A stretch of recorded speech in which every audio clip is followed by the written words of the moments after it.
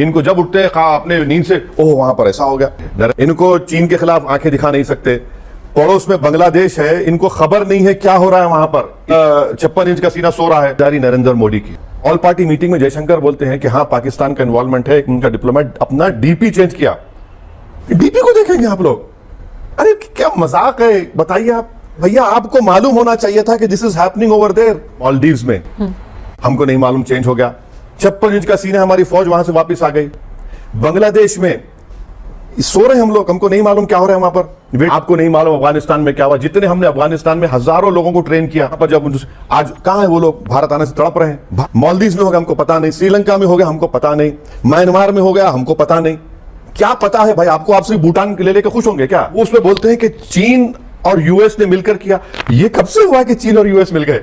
एक मजाक बना के रखा है हमारी फॉरेन पॉलिसी का। लेकिन अफगानिस्तान में हमको पता नहीं चला, अमेरिकन छोड़ के भाग गए। जिन्हें तो बुलाया था अपने ओथ टेकिंग सेरेमनी में मोहतरमा को, वहां पर इलेक्शन हुए, कोई अपोजिशन इलेक्शन में नहीं है। तक हमको यह कहना चाहिए था कि जो तब्दीली आई है हम उस जनता के साथ हैं। लीडर आएंगे जाएंगे। अगर कल वहां की सूबी सरकार होगी, बोलेगी हमको वापस भिजाइए, इन पे केस चलाना है, क्या करेंगे नरेंद्र मोदी? अगर आपकी आज हमारा कौन दोस्त है? बांग्लादेश में हमारा इन्फ्लुएंस कम हो गया, पाकिस्तान से तो खैर वो अलग ही बात है। नेपाल में आप देखिए, मालदीव्स में देख लीजिए, कहां है भाई? हम वहां पर अपनी मौजूदगी का एहसास नहीं दिलाएंगे तो जाहिर है चीन है, पाकिस्तान है, जो क्यों रहे हैं आप? ये डर क्यों? मैं भारत जो हालात बने हुए हैं और बांग्लादेश में जिस तरह की अराजकता इस वक्त देखी जा रही है, जिस तरह की सड़क, क्या आपको लगता है कि बांग्लादेश एक हमारा और पड़ोसी देश अस्थिर हो जाएगा, वहां पर अस्थिरता आएगी, इस तरह के हालात होंगे जैसे अफगानिस्तान में हम वहां पर भी देखेंगे इस तरह के हालात? ये पूरी जिम्मेदारी नरेंद्र मोदी की है। नरेंद्र मोदी डिप्लोमेसी को पर्सनल लेवल पर करते हैं। लीडर टू लीडर डिप्लोमेसी होती है देश के दरमियान, दो देश के दरमियान। नरेंद्र मोदी लीडर लीडर करते हैं। आप देखिए मालदीव्स में हमको नहीं मालूम, चेंज हो गया। 56 इंच का सीना, हमारी फौज वहां से वापस आ गई।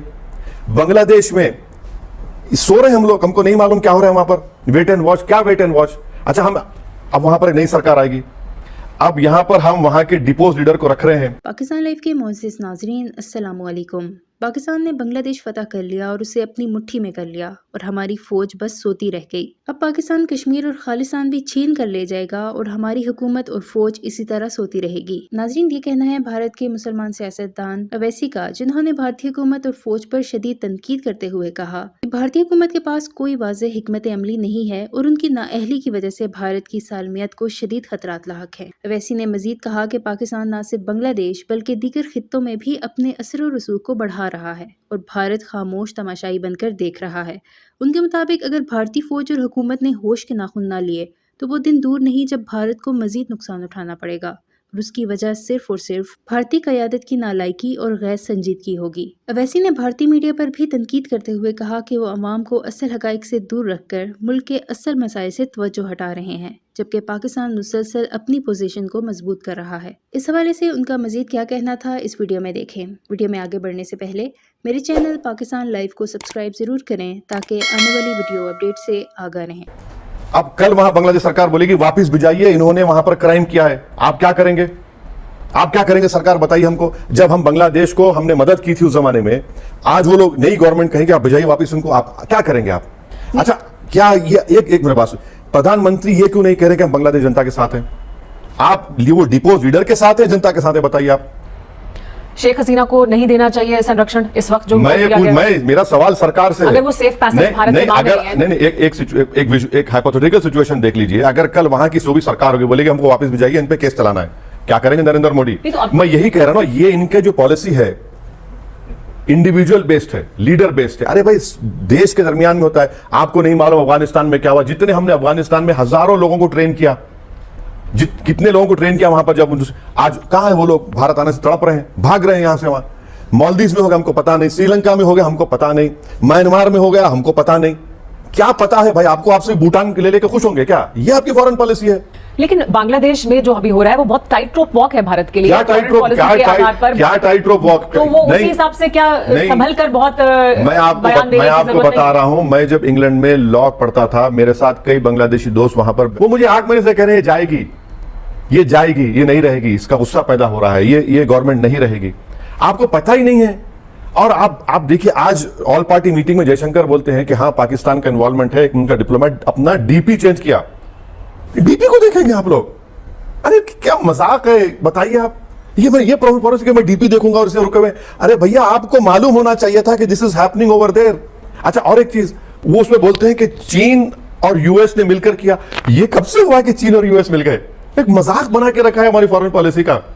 ये इस तरह चलेगी। लेकिन क्या आपको नहीं लगता एक्चुअली जो बांग्लादेश में हो रहा है, जिस तरह के हालात हैं वहां, उससे भारत को बहुत खतरा है? किस तरह के खतरे भारत के लिए? यकीनन है, कौन उसे इनकार कर रहा है? मगर हमारे देश के प्रधानमंत्री जो मुस्कुराते हुए थकते नहीं है किसी फॉरेन लीडर से मिलते हुए, वो उनकी गलती है। वो अपनी डिप्लोमेटिक पॉलिसी को इंडिविजुअल बेस करते हैं। लीडर चला गया, हमको परेशान नहीं। मालदीव में हमने जो पहले लीडर थे बड़ा उनका साथ दिया, वो गए, हम परेशान हैं। लेकिन अफगानिस्तान में हमको पता नहीं चला, अमेरिकन छोड़ के भाग गए। जिन लोगों को हमने, शेख हसीना तो भी है भारत में, तो उनको नहीं दे। अब तक हमको ये कहना चाहिए था कि जो तब्दीली आई है हम उस जनता के साथ हैं।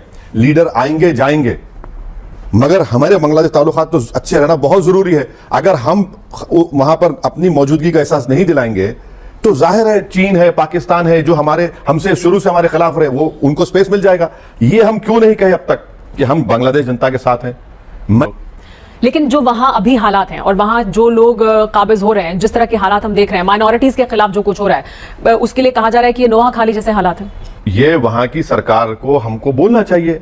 अभी तो सरकार है, नहीं, अभी तो। अरे कुछ भी होगा भाई, प्रधानमंत्री को जब एक चेंज आ गया तो वो बोल सकते हैं ना, ठीक है हम, ये तो गलती आप हमारी भी है ना। आप नहीं तो बुलाया था अपने ओथ टेकिंग सेरेमनी में मोहतरमा को, वहां पर इलेक्शन हुए, कोई अपोजिशन इलेक्शन में नहीं है। ये सब चीजें मुझे दिख रही है, मैं तो कोई डिप्लोमेटिक एक्सपर्ट नहीं हूं, मगर जब मेरे जैसे आदमी को समझ में आ रहा है, भाई ये तो जानकार लोग बैठे हुए हैं जिनको तनख्वाह मिल रही है मेरे टैक्स से, उनको समझ में नहीं आ रहा था बात। ये हमको मालूम ही नहीं। वेट एंड वॉच, अभी भी वेट एंड वॉच, अभी वेट एंड वॉच होगा।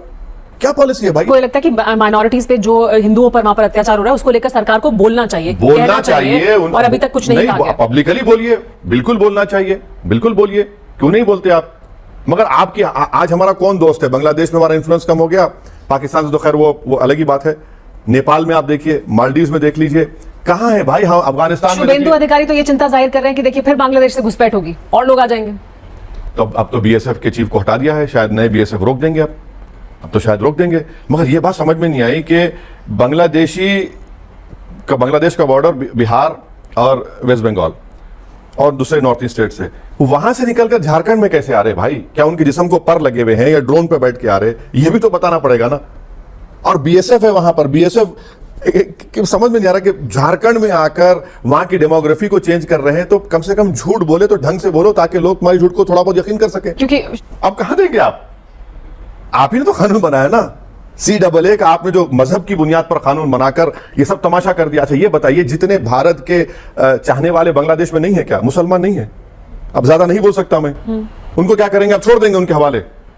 जो बरसों से हमारे उनके ताल्लुकात हैं, बड़े गहरे ताल्लुकात हैं, उनको छोड़ देंगे आप बताइए। वही हम काम अफगानिस्तान में हमने किया, एक को आने नहीं दिया आपने। जो भारत के लिए बड़ा इंपॉर्टेंट स्ट्रेटेजिक काम करते थे, आपने सबको छोड़ दिया अफगानिस्तान में।